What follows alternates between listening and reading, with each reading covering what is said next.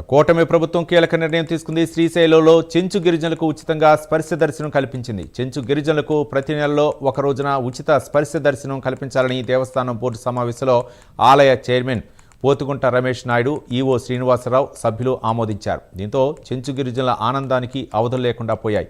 ఆనందోత్సాహాలతో చెంచు గిరిజనులు తప్పెట్లతో చిందులు వేస్తూ ఆలయ ప్రదక్షిణ చేశారు.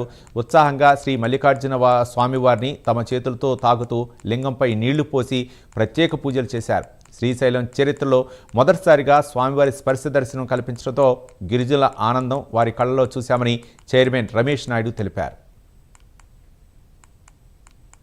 తాండాకు కార్యక్రమానికి వెళ్ళడం జరిగింది. ఆ కార్యక్రమంకి వెళ్ళిన సందర్భంలో స్థానిక చెంచు గిరిజనులతో కలిసి మాట్లాడినప్పుడు, అయ్యా ఈ క్షేత్రం మాది, ఈ క్షేత్రానికి మొదటి పూజారులము చెంచులము మేము, ఈ క్షేత్రాన్ని కాపాడింది మేము, శివాజీ ఈ క్షేత్రానికి వచ్చినప్పుడు వారికి రక్షణగా నిలబడింది మేము, అటువంటి మాకు స్వామివారిని స్పర్శ దర్శనం చేసుకునే భాగ్యం లేకుండా పోయింది. ఎన్నో సంవత్సరాల నుంచి దీనికి మేము నోచుకోలేకపోతున్నాము.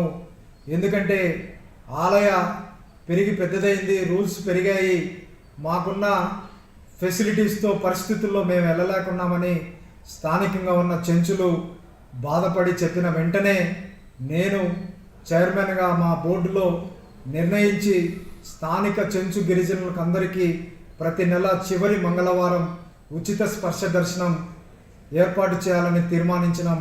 ఈరోజు ఈ వైకుంఠ ఏకాదశి రోజు మధ్యాహ్నం 11 గంటలకు స్థానిక చెంచు గిరిజనులందరికీ ఎంతో ఆనందంతో డప్పులతో నృత్యాలు చేస్తూ వారి కళ్ళల్లో ఆనందం చూస్తే అసలు ఎప్పుడూ ఇంత ఆనందంగా వారు ఉన్నట్టు కనిపించలే.